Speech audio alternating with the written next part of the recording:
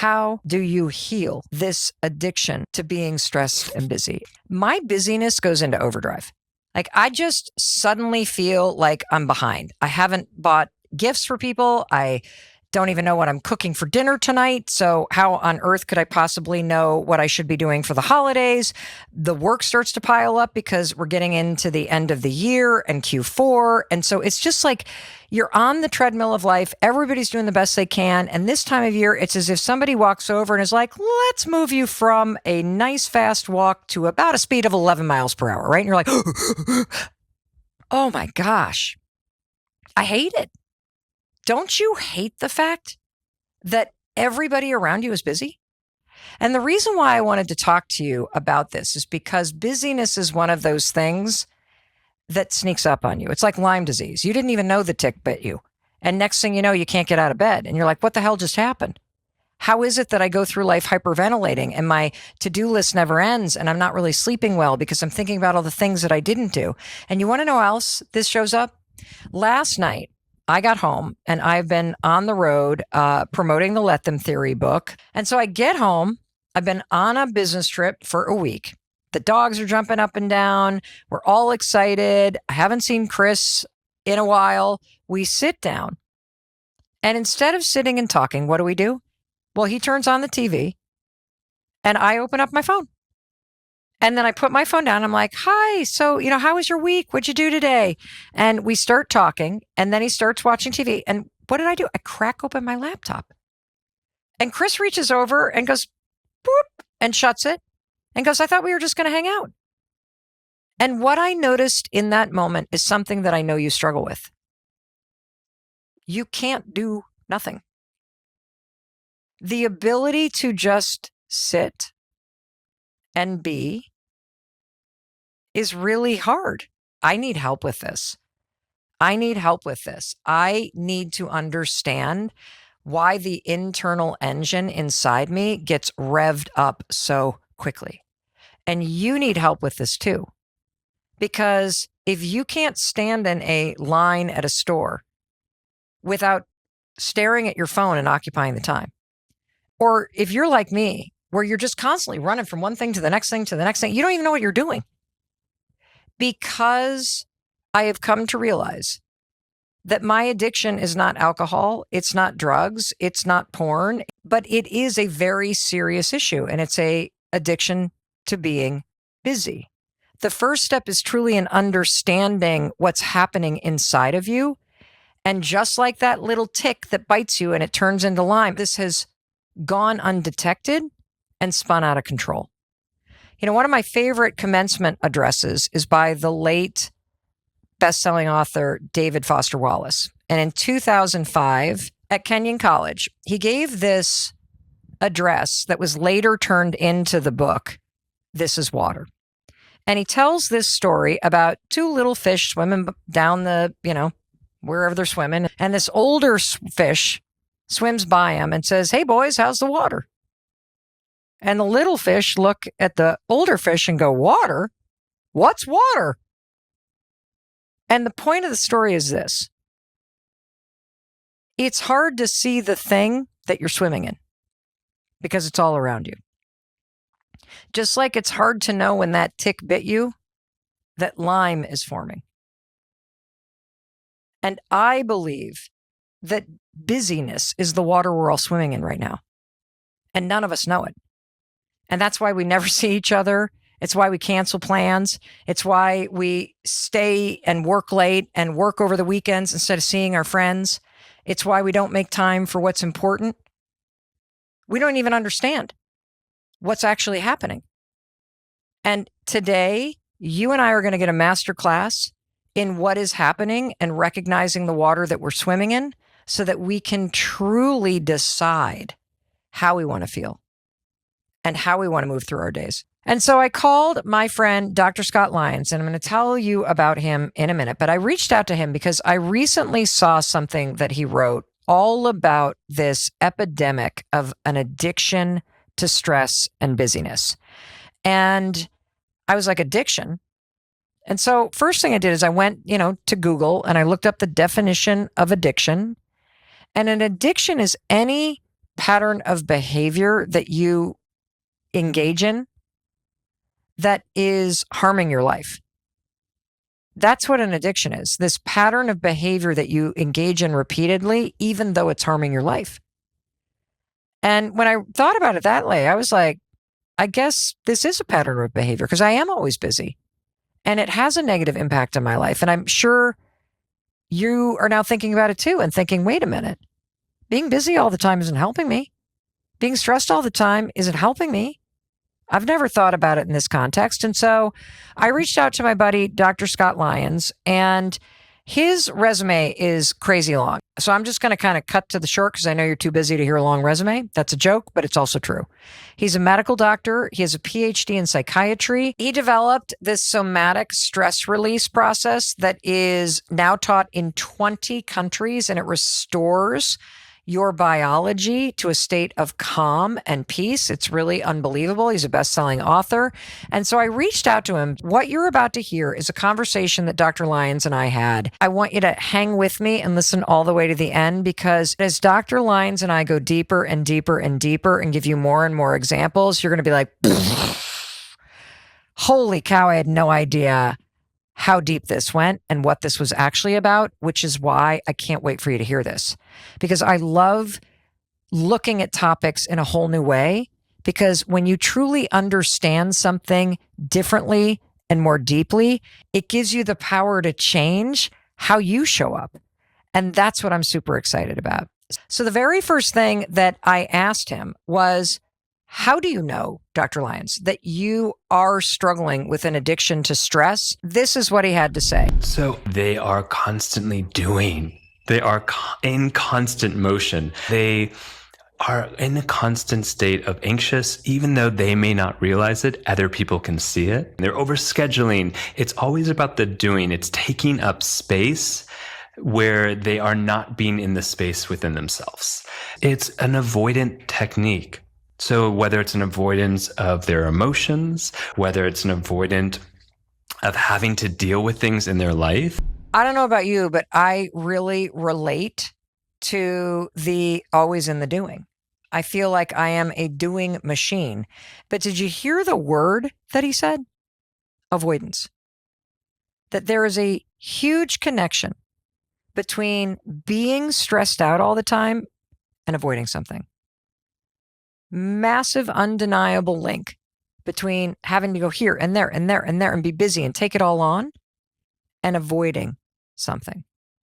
And, you know, I knew that I was going to talk to Scott. And so I looked into some of the research around what is it about productivity and doing and feeling like you got a lot to do when it comes to the research. And I found this really interesting thing that Stanford professor Albert Bandura in 1977 suggested that completing tasks fulfills your intrinsic human need to feel competent.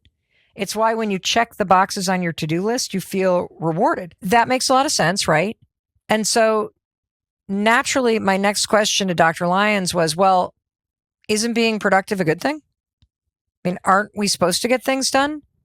And I realize this is kind of one of those balances of when is enough enough. But if you also think about it, being super busy and being productive makes you successful, doesn't it? Dr. Lyons has a different take on this because based on the research, there's a secret about busy people and how much they're actually getting done. Even if they're busy, they're most likely not getting things done. At least not in the expanse of their life. Maybe it's one particularly focused thing, like, ooh, I'm really good at filling my schedule, or I'm really good at this one aspect of work. And they really hyper-focus on it and they obsess.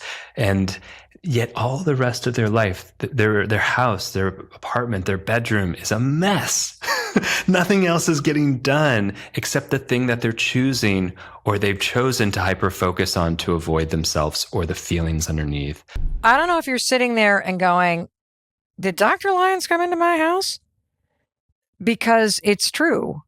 From the outside, it probably looks like Mel Robbins is a duck that is just on the surface of the water, and she is smoothly going through the water. She got it all together. Are you inside my body? I am those little webbed feet going, In fact, as I sit here thinking about my day right now, I don't even know what the heck I'm going to cook for dinner. And now my heart's starting to race. Like I'm sitting here doing a podcast episode. I haven't gone grocery shopping in 2 days. I don't know what I'm going to do for dinner. Now I'm starting to get freaked out about that to-do list. And so I think it's a very interesting thing to consider. What is all the busyness about? Why are we so busy? And I'll be the first to admit that I definitely am addicted to this kind of adrenaline and this feeling like I got to be up to something. And the other thing that I thought was interesting is the research that he's done that shows that the people that are so busy and they're so busy and they go aren't actually getting things done. And so I wanted to dive a little deeper and ask him if this is truly an addiction. None of us want to be stressed. None of us want to be this busy. I mean, the point of life is to enjoy it and live it. It's not to run through your to-do list until you collapse into bed. What's actually going on underneath the surface? And this is what Dr. Lyons had to say. When you go to the underneath surface, what's underneath the pattern? What's underneath the survival strategy? And I think about this quote or this proverb that says, a child who is not embraced by the village will burn it down to feel its warmth. Oh, that hit. That hit. If you have any ounce of anger, that hit for you.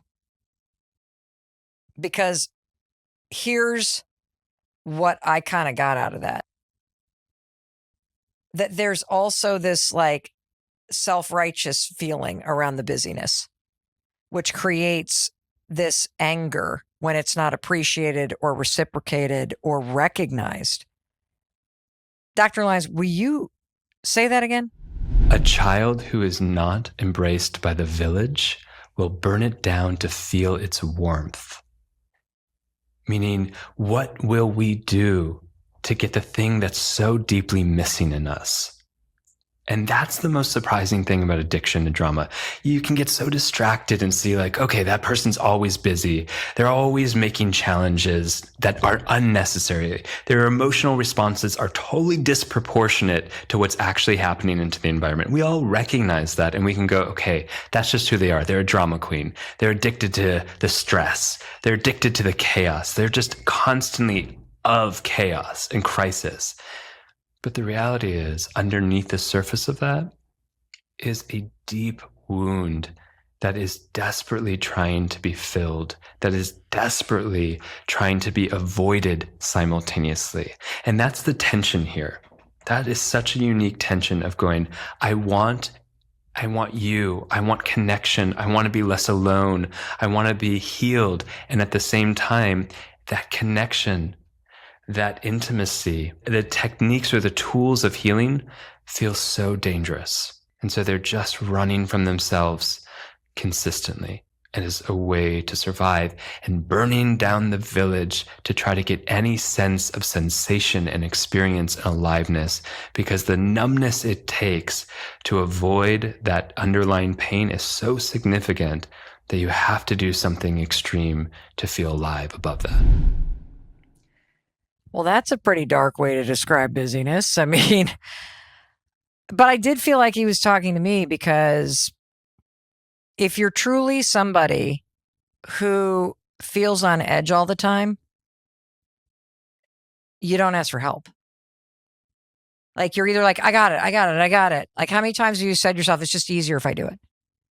Or if you're like my husband, Chris, who is definitely more introverted, and his demeanor is more calm, he just assumes that he should do it himself. He's not used to getting the help, and so he never asks for it. On the surface, it's busyness. On the surface, it's performance. On the surface, it's perfectionism. On the surface, it's this sense that you just can't screw up. You can't drop a ball, that something bad is going to happen if you don't take care of it, that everybody is on your shoulders, that, you got to take care of everyone else. It's up to you. And I think most of us feel that. But Dr. Lyons is talking about the fact that this busyness and this inability to just be still and just be quiet or just do good enough or to let a ball drop, it's actually a sign of something way deeper. But here's the thing about being unhappy or just having the sense that things aren't right or they're not aligned or not really liking where you are or not knowing what the next right step is. As long as you keep busy, you don't have to think about it. As long as you are running from one thing to the next, you don't have to have the hard conversation. As long as you are darting from this and darting from that, you got a to-do list, you don't have to deal with the things that bother you. And I think that's part of the reason why everybody's always on their phones, because if you have a random moment right now, you actually have to be with yourself. And that's what Dr. Lyons is talking about. He's talking about this inability to sit with ourselves, to be connected to ourselves. Because the truth is, when you're doing something, you think you're doing good. When you're doing something, you think it's the doing that brings you value. When you're doing something and performing, and heaven forbid you do it well, then you get the praise, then you get the love. But if you have to sit quietly with yourself, I mean, have you ever heard those reports of people that go to these silent meditation retreats and have a psychotic break? That's because they have to sit with themselves. And we're all running from ourselves at some level. We're all running from our thoughts on some level. And yes, you have to take care of the kids and the dog, and you don't want to get fired from work. But there's a way to downshift and unplug from this internal thing that keeps you from just connecting with yourself and perhaps facing what you're running from. And that's what Dr. Lyons says is the core reason why there's an epidemic of an addiction to busyness and stress.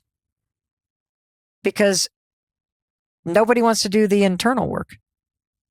Nobody wants to look internally at what's not working. I'd rather just be out here and post the nice photos and post the filter and make y'all think like I got it going on. As long as I'm busy, you can't catch me. As long as you're running, you can outrun this stuff. The fact is you can't.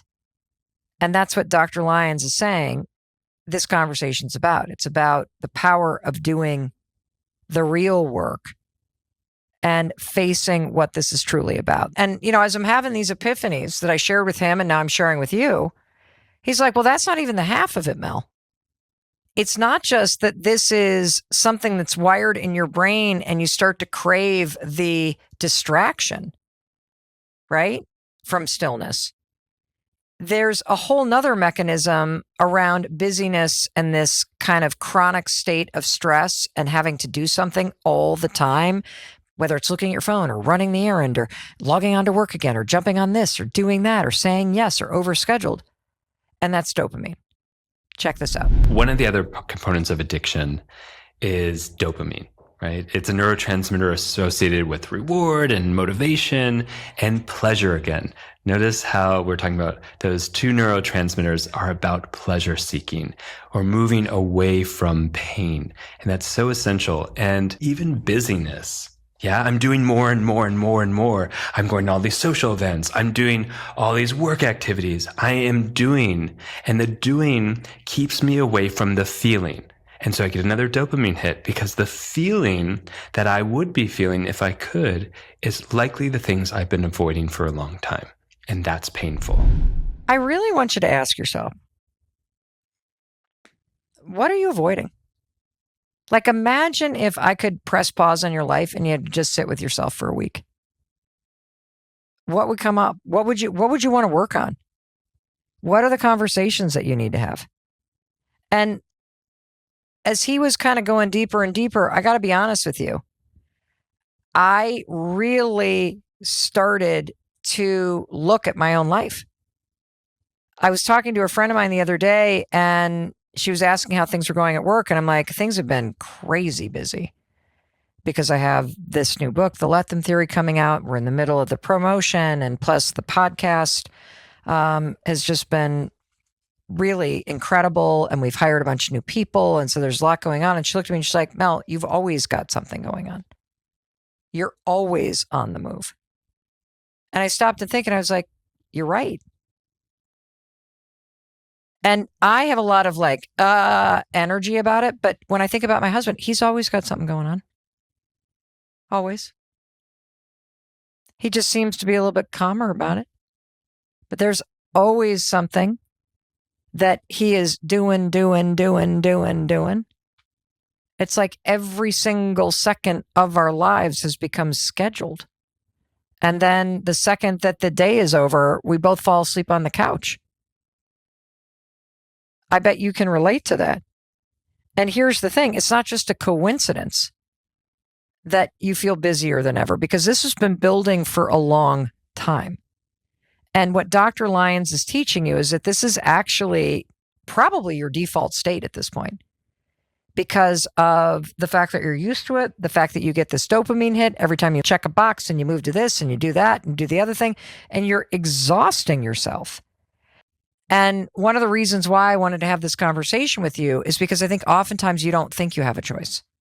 You think, if only I can just get through this workload. Once I just get this paper done. Once I just get through this month, or I pay off this bill, or we get through this round of chemo, or we have this issue resolved, then I will be able to slow down.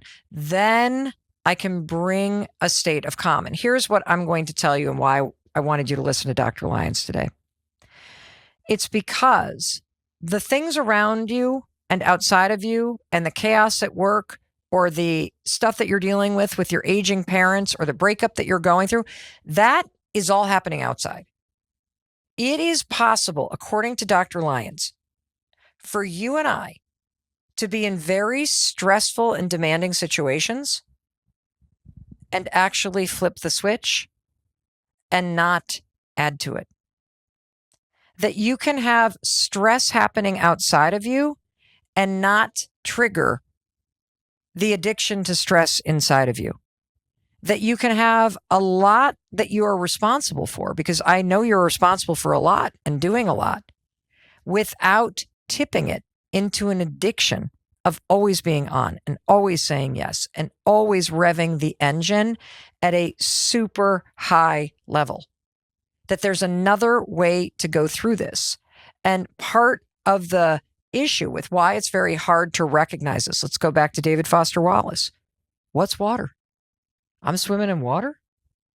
I don't even know I'm swimming in something. I thought I was just like moving my fins and moving around. But this thing is water?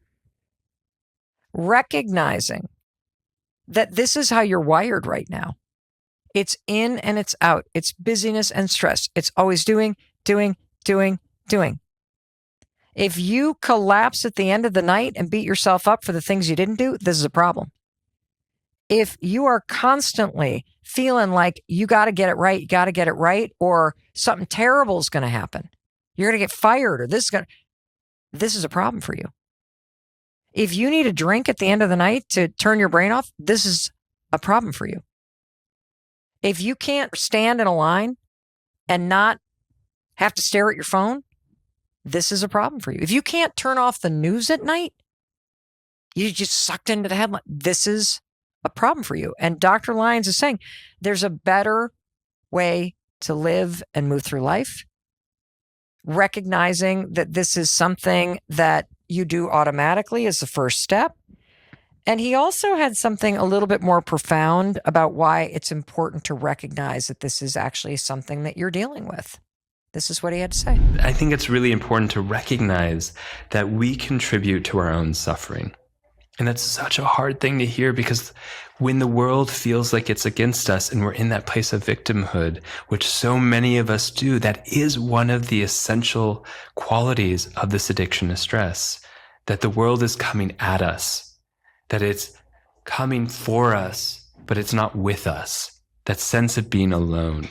And that is that child who's burning down the village to feel the warmth, to feel that comfort, to feel supported, to fill the gap of those underlying needs, childhood needs that were missed. Now, every time you brought up childhood, I'm like, okay, let's not go there. Like, I'm annoyed now. Does this have to do with my child? Well, I don't understand why everything has to go back to childhood. When you first said the child who does not feel the warmth of the village burns it down, I'm like, ooh, get it. Got it.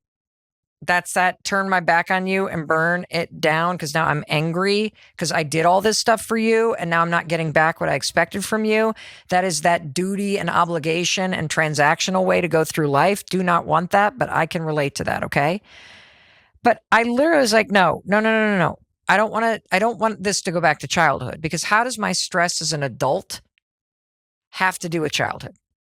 How does what I'm avoiding right now and my inability to connect to myself have to do with childhood? So, because now I'm getting like, I want a different answer, Dr. Lyons. He doubled down. Here's what he said. I would go back to the question, how, if at all, did we feel loved as children? How did we understand our value and our worth? Was it freely given to us? Did we have to do something in order to get something? And oftentimes, even when a parent is unavailable or they're busy on their phone, as a child, we turn it around at ourselves. Oh, they're not available because I'm too much. And I have to prove that I have value to them.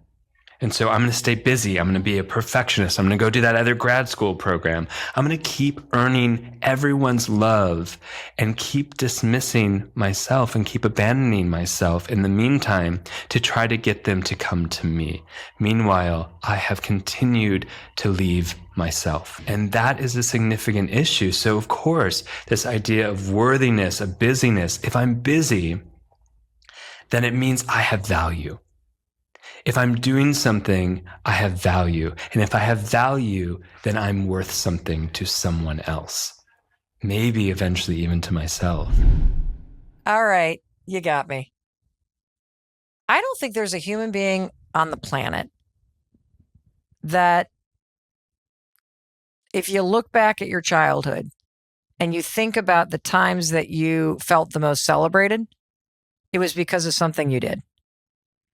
Your team won the championship. You did great at the debate. You brought home a great report card. You know, you did well in the dance recital.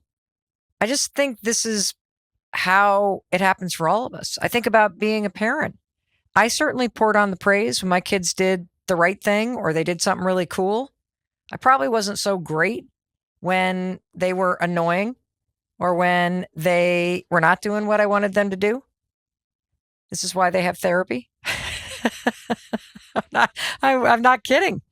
I'm not kidding at all. And so this brings us full circle to the to-do lists and the satisfaction that you feel when you think you're performing and when you think you are getting everything done and how easy it can become to go from getting a couple things done to feeling like you need to get a million things done. And it is true that if you got a lot of positive attention when you were acting correctly or when you were doing great things that people could brag about, which is basically how every single person was raised, then of course you would feel great when you're getting things done. Of course your self-worth gets tied to whether or not you're doing something. And it also explains why when you're not doing something, you feel like a loser. When you lose your job, you think that means that you have lost your worth. That when you don't get into the top school, that somehow that means you're the bottom of the human race. This makes perfect sense because all of us, including you, including your parents, including your grandparents, including your kids, felt the most loved and adored when they were doing something that, quote, earned it. And this is the major mistake in human wiring, I think, that you interpret the doing with worthiness. And if you want to feel worthy, then you just start doing more stuff. And it's also why when you feel stuck in life, you don't even know where to start because you want to make sure you do the right thing because you already feel bad. Wow. Dr. Lyons just kind of hit me over the head with that. It makes a lot of sense. And so slowing down means overriding all that programming. Slowing down, it's like an act of defiance. What are you defying? Your own life experience and training. Because if you really think about your childhood, when did you feel the most loved and adored? It's when you were performing. It's when you did things that made your parents happy or made people celebrate. We all had that same experience. Every single one of us has been trained to believe that we're worthy when we're doing something. Every single one of us received love and attention when we got good grades or when the team won. And when you get the right answer in class, everyone's like, yay. And you're like, ooh, I feel good. I'm worthy. Everybody likes me. Or when you win at something in school or you get good grades, your parents are like, yay. And you're like, oh my gosh, this feels good. And everybody wins. And this is amazing. Or you bring home a little drawing and you're like, oh, mom and dad, this is great. And they're like, okay, that's nice. And they put it aside and you're like, oh, it's not good enough. I'm not worthy. And so you get trained to seek positive attention. And what do we reward in today's society? Oh, the hustle. Oh, the doing. Oh, the $1 million in the bank. Oh, this thing, that thing, the likes. No wonder we're all addicted to this. This is just basic human experience. But understanding that that's what the training is helps you understand that that's why the default has become to always be doing or to think that you have to perform in order to be worthy of love. And that's not how life has to be. And that's why it's an act of defiance, because you're defying your own life experience for the sake of something that's going to be better. It's basically you saying to yourself, I'm worthy as I am. I'm unemployed and I'm still a good person. I did not get into that school and I am lovable and I'm amazing. And most of us don't know how to do that. And so it was about this point in the conversation, I was like, Dr. Lyons, you've buried the lead, man. Okay, you got me. If you had come out of the gate saying this stuff about childhood, I would have been like, delete. We're not doing this episode. But this is exactly on the money. And so it begs the question, how on earth do we heal this? Because I don't know about you. I don't have time to sit still. I'm not going away to a silent meditation retreat. I have a lot on my to-do list. But I don't want to be addicted to stress. And I don't want to be addicted to busyness. And I don't want to be a freak around my family. And I don't want to collapse in my bed every night and have this sense that I barely got through the day. I know there's a better way to move through life. And I'm sure you want that too. But it begs the question, how on earth do you heal this addiction to being stressed and busy? And this is what Dr. Lyons had to say. I'm going to just pause with that question. What is the first thing we do in healing this addiction to stress, this attachment to busyness? I'm going to pause and I'm going to say, what happens in the pause? Do you try to fill it? Do you have all these thoughts come up? Do you have this impulse to sort of bulldoze the opportunity to kind of reflect? And that's where I would start, actually, is in what happens in the pause. What happens in what we might call boredom? What happens when there isn't a stimulus to keep us going or some type of something that we're seeking or attaching to that relieves the pain for us? What happens when we stop trying to manifest situations and relationships and environments and that take away, that create that endorphic, pain-free response and have to come back to ourselves? So that first step is self-awareness. That first step is going, oof, this is uncomfortable. You know, when I was navigating my addiction to drama, which is, I'll be honest, it's an ongoing process. It is an ongoing process. But I remember sitting in a bathtub and having this impulse of like, oh, I got to go pick up my phone and call someone. Or I got to go read a book, or I got to do this, or I got to do that. And I simply turned around and I asked myself, what am I running away from? What's under the hood of this impulse to distract? And it was too much to actually deal with by myself. That's what I came to clarity about. It's like, oh, it's so much stored up that never got seen, that never got felt, that never got experienced, that never got held, that never got supported. That's what I need. I'm going to eventually be able to do that for myself, but maybe not right now. So finding someone who can hold you in the discomfort of silence, the discomfort of not being in an activated, stressful state, or the anxiety, or the trauma, or the busyness, and just say, I'm here with you. This is scary. This is scary because the moment we start to settle in our nervous system, there's an alarm that goes off that says it's not safe. A lot of these skill sets you will learn with someone else. I sit with people all the time, and I don't know how many times I've had to repeat to them, and that was then, and this is now. And that was then, and this is now. And you know, it's not something that they'll understand cognitively. They have to embody it. They have to experience it. In the same way, you might know you're safe, but unless you feel you're safe, you're not safe. And it takes time to rebuild and reestablish safety as something that is safe, calmness, settledness as something that is safe, and stress as something that is safe. We want to have the full range of that human experience with the baseline of safety, which so many of us have never truly experienced. You know, and Dr. Lyons said this to me, because there's a lot of big words there, right? And oftentimes when you talk about busyness or stress and then you take it to trauma or I'm not safe, it feels like a giant leap. But I want to give you a little exercise that I think is extraordinarily revealing. The next time you are standing in a line at a store, and I'm not talking about a line where you're like next up. I'm talking like there's 3 or 4 people in front of you. So it's going to take 5 to 10 minutes. I want you to just not reach for your phone. I want you to try to stand in a line, I kid you not, for 5 to 10 minutes and just be with yourself and be with your thoughts. And something crazy will happen. You ready? You're going to start to feel the alarm that Dr. Lyons is talking about. You're going to start to feel agitation. You're going to start to rock back and forth. You're going to start to look around. Why?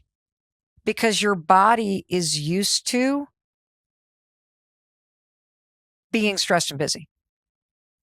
You have trained yourself to always be distracted and disconnected from yourself. And those 5 to 10 minutes in that line before you get up to the cash register to pay for your groceries is going to be the longest 5 to 10 minutes of your entire life. Because you have no idea, neither did I, how much of a problem this is. That we reflexively reach for a device that connects us to the world and disconnects us from ourselves. And we have gotten to the point where none of us can even be with ourselves for 5 to 10 minutes in public, standing in a line. That your brain is so used to being connected all the time, to looking at something all the time, to answering the emails, to sending that text, to not knowing what to think about. So you got to distract yourself with social media. This is a huge problem. And I'm asking you to do this because I think when you hear Dr. Lyons say these big, scary words, you're like, well, that's not my problem. And so I want you to zoom in to an experience that reveals the alarm. Because if you can't stand in that line for the 5 to 10 minutes and not look at your phone, you have work to do. And so do I. Because I can make it about 5 minutes. And then it takes massive restraint. And I am working on this muscle. This is how big of a problem this is. And if you have ever complained about kids and how much they're on their phones, this is what I'm talking about. And it's in you too. There's a friend of mine, David, who has made a huge difference in my life. And he's just a gifted coach and thought leader. And he's a very dear friend. And he has this saying, leaders bring the weather. And I just want to amend it for this conversation because I think you bring the weather. And what Dr. Lyons is saying and what my friend David is saying is that your energy, your stress, your busyness actually is like the weather. If it's raining, everybody gets wet. If you're addicted to stress and busyness, everybody around you is going to get soaked with that. And what he's basically saying is before you think you're going to solve everybody else's problem, you're going to get your kids off their phones and you're going to get your family more present and you're going to do all this stuff for everyone else, you got to get your own house in order. You got to bring out the sun because it's only from a grounded place where you're connected to yourself that you'll actually be able to help someone slow down and reconnect with themselves. And I know what you're thinking. Wait a minute, that's it? You just literally revealed, Mel, that I'm addicted to stress and busyness. And I'm like, yes, I am. And yes, I need to reconnect with myself. And yes, I need to stop running. And yes, I need to really separate what I'm doing from my worth. And I need to learn how to be with myself. But how do I be with myself? Great question. The next time you're standing in line, try to not look at your phone for 5 minutes. It is a radical and difficult thing to do. And just be with yourself. The next time you come home and you walk into the house like a freaking hurricane, take a deep breath. Don't look at your phone. Remind yourself that you're bringing the weather. Settle yourself. And be with yourself. This is a muscle. You know, I know it sounds kind of unsatisfying, like, well, how do I end the drinking addiction? Don't drink. Easier said than done. I get that. I mean, I am the number one offender of this. But I know there's a better way to live. And so all day long, I am constantly catching myself. Don't send that text. Come back and connect with yourself. Don't look at your phone. Just be present with yourself. Close the laptop and just sit next to your husband and watch TV and be with yourself. Oh, I'm like telling myself I got to work. No. Mel, before you escalate, let's de-escalate. Simply noticing and knowing what you're swimming in is the first step. Just remember the fish. What's up, boys? How's the water? Now you can say, the water's good. Because now you know that's what you're in. And once you know what you're swimming in, now you're more empowered to truly decide how you want to swim. And I know for me, I definitely want to slow down. I do not want to be addicted to stress. And I have big goals and big dreams, and so do you. And I think I'm going to be more productive and more effective if I can stay connected to myself instead of running myself into the ground. I want to thank Dr. Scott Lyons. I want to thank you for hanging in this conversation because it was a bit of like a mental tongue twister situation because I didn't want it to go that deep. I kind of want to just be like, tell me how to stop doing this. But true to form, that's more denial when it comes to addiction, right? Oh, it's not that of a problem. Just give me the tools, make me more productive, and then I can take time off, but I'll be looking at my phone. No, we're done. We're done. And in case no one else tells you, I wanted to tell you, I love you and I believe in you. And I believe in your ability to take this wisdom and just do the simple, important daily work to reconnect. To remind you that it's in the being, not the doing, that you're going to find the worth and the love and the freedom that you deserve. Because the experience of life is how it feels to live it. And I, for one, am sick and tired of being busy.